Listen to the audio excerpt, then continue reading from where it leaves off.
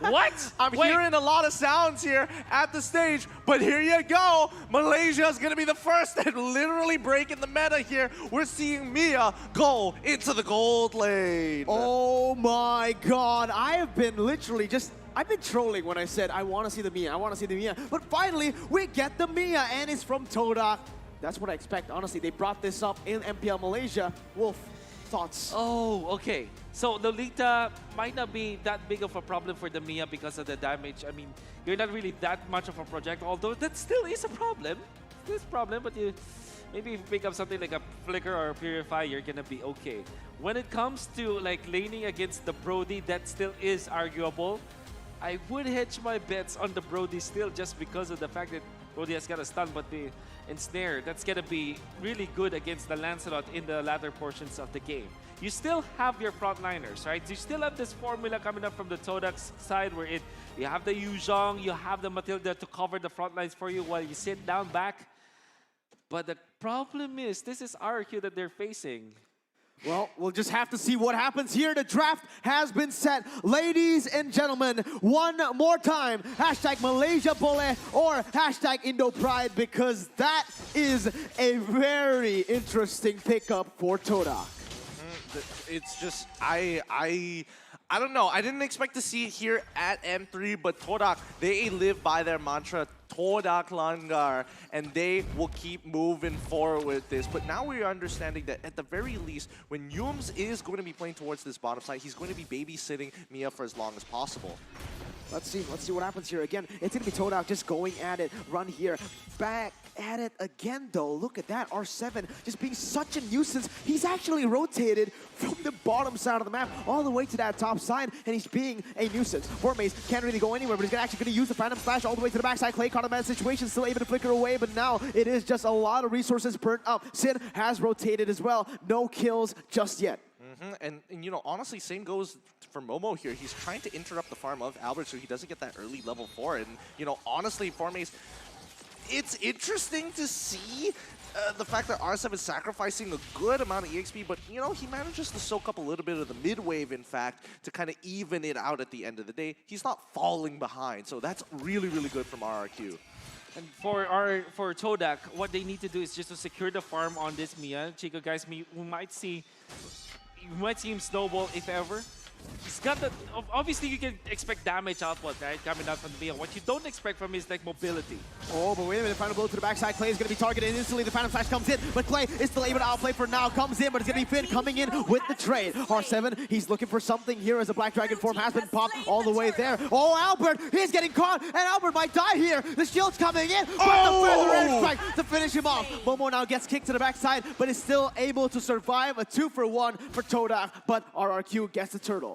Okay, so they traded Turtle for a kill. That's not too bad overall. It was kind of interesting to see how this eventually came together, but Chiku still needs a little bit of the help. Every time his support system goes away, oh, Zin, he's looking for the trade. Yeah, oh my god, Zin! What? He goes for the trade, but Chiku lives with 1 HP! You've got to be joking. 25% damage reduction in the gold lane, right in action for you. I'm pretty sure that Sin kind of knows the damage output of his ultimate, but just a sliver of HP. Chico, guys, was able to survive. I'm starting to think the quote is real. Chiku is not afraid of death. Death is afraid of Chiku. That is right. It's hard not to believe here, and even for me, it's shocking. Wait, Chiku, he might get punished here, but it looks like Vin, he sees the rest of the backup coming up. He doesn't want to deal with it overall. Oh, wait. Oh, wait a minute. Mobilize coming in, and Sin gets picked up once more. And now look at that. Albert goes into the backside still with a lot of damage follow-up. It's going to be Albert picking up the kill. No purple buff. That means he does not have the mana to go for more. Makes me wonder if the ultimate of Chico, guys, the ultimate of Mia, it's a debuff or cleanse mechanic to it. I don't know if that actually removes the passive of the Brody. Obviously, there's remove stuns and whatnot, but how about the passive of the Brody where you get stacks with the lightning, right? Yeah, there are a lot of questions left unanswered. Again, Albert jumps in all the way, uses the Thorn Rose, taking a lot of health from Yums, but not getting anything off of that rotation. Well, so far, based on what I can remember the last, I'm not entirely sure if they've changed it. We haven't seen Mia in a very, very long time here. I don't think it does get rid of the stacks here. That's right. And now we're going to see Yums going attack on Vin. Oh, for the airstrike has been popped. Vin can't go anywhere, and he's going to be able to juke out once more with Yums coming in. But Clay is right there for the backup, gets his captain out. So much has been said about this Mia, but TODAK actually, if you're looking at their other heroes, their combo with the Farsa is just way too good. Like the Circling Eagle really sets up for that kill. And obviously Momo's Black Dragon form and all the setups can be good. Now, if you're looking at their heroes, additionally, there's a lot of chain stun potential in them, which kind of makes it difficult for this Lancelot to even be confident. The difference is RRQ HOSHI has got this reset mechanic of this Luminous Blast. If Vin uses this as a counter initiation tool, TODAK has got no answer to that. Maybe because of their Purify, that could be a way for them to get out, but technically speaking, if TODAK is way too all-in, RRQ HOSHI has got the counter-initiation potential. But TODAK does have the chain stun with them. I think that's the one of the most important mechanics here. If Chiku misses the follow-up stun, it becomes so much more difficult to actually continue to press their advantage here. So it's really dependent on their mechanics that they land every single ability. The moment someone gets hit by it, they've got to follow it up. The main win condition for the side of RRQ is that just basically Albert getting the stacks, getting the early game kills. And look at that, it's going to be there. Exactly what I just said. Moon gets picked off, but no! TODAK still managing to outplay. And that's going to be R7 caught in the bad situation. Certainly Eagle to try to finish him off. But my goodness, TODAK, how? It's the Petrify, I mean. I'm sorry, it's that Purify out of just the shock of how Momo did it. And of course, the stacks, the Shy Essence already piled up. That's why there's a little bit of defense for Momo in that particular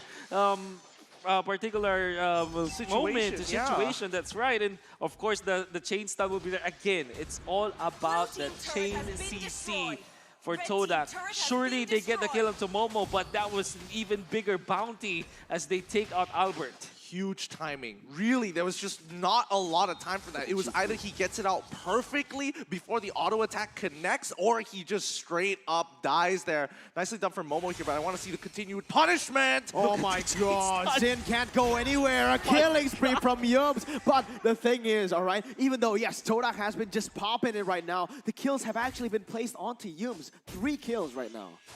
Oh, I mean, the gold distribution going on to Yums, a little sad, but at least you're getting the distribution of gold at the end of the day. And I think at the end, that's fine when it comes to Chiku, because he wants to place for the... Wait, Yums, is he going to die? Okay, he doesn't die here, but Chiku purchasing that Berserker Fury is going to be huge. Nice. The inside is actually a very nice kick by R7, taking the kill off, and that's going to be Albert picking up a solo kill as well in the top side, and just suddenly everything starts to crumble. TODAK, they need to play disciplinedly. They can't get too overzealous here, because that is one of the win conditions as well for them. They are a team that gets maybe a little bit too emotional, right? They overcommit to many of these team fights, and that has just been the downfall of them in the games that they lost.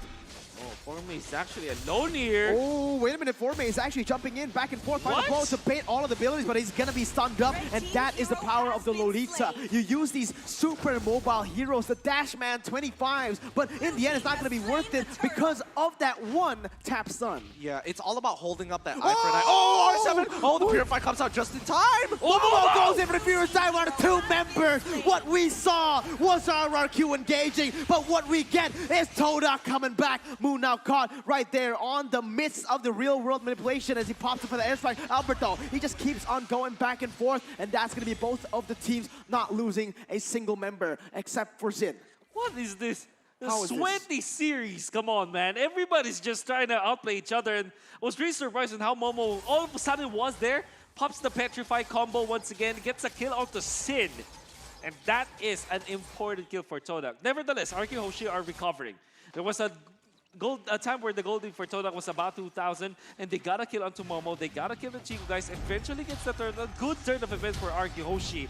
So now they have recovered. It's an even game at this point. Oh, wait a minute. Yums actually goes in for the Circling Eagle onto Vin, a little bit aggressive there, as again, they don't really have much to offer here in terms of the follow-up just yet. Albert, but okay. This is getting ridiculous.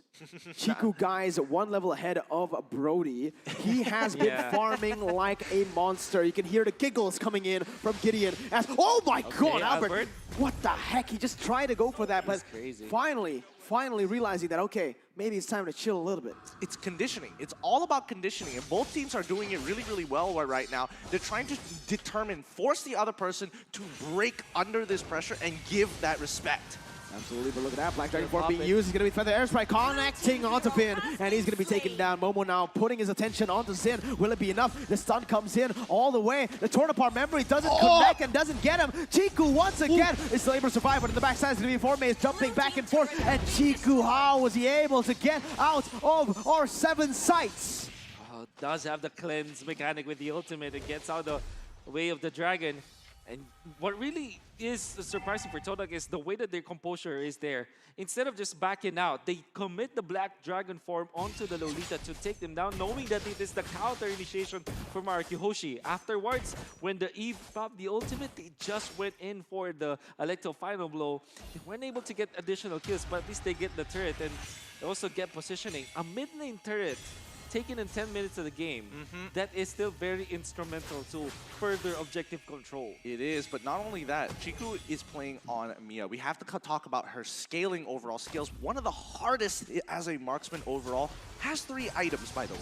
Yeah. And a Wind of Nature. R7 actually connects on the Chiku Do, but it's going to be Mia still able to kite away. Now R7 caught in the bad situation, is forced to run away. But look at Chiku, he's hungry. Look at Sin, he's dead. And look at Albert, he's going to go in under the damage and will be able to take out Moon. Now 1-for-1 is going to be Albert jumping back and forth once again. Gets a double kill and still finally saves RRQ in the madness as they will be able to pick up a 2-for-1. That's beautiful coming up from Albert. Did you see that? Utilizing his teammate against him. He went into dash and puncture onto Yums and then eventually gets into the Yuzhong, and Chico guys need to get back out. Yeah, but look at Albert, he's jumping in with the help of Finn. We'll be able to pick up an unstoppable. Formase now rotating and turning around onto Albert. Still able to run away for now. Execution will be able to take him down. R7 now coming in with the way of the dragon. We'll be able to knock him down with the stun connecting. Oh my God! The guiding wind gets him out. And no, he goes back in! Formase! He still managed to survive, but in the end, it is going to be Clay picking up the kill. Zin taken low, and the damage, the fights, the craziness just keeps on going. This mid lane is a battle pit.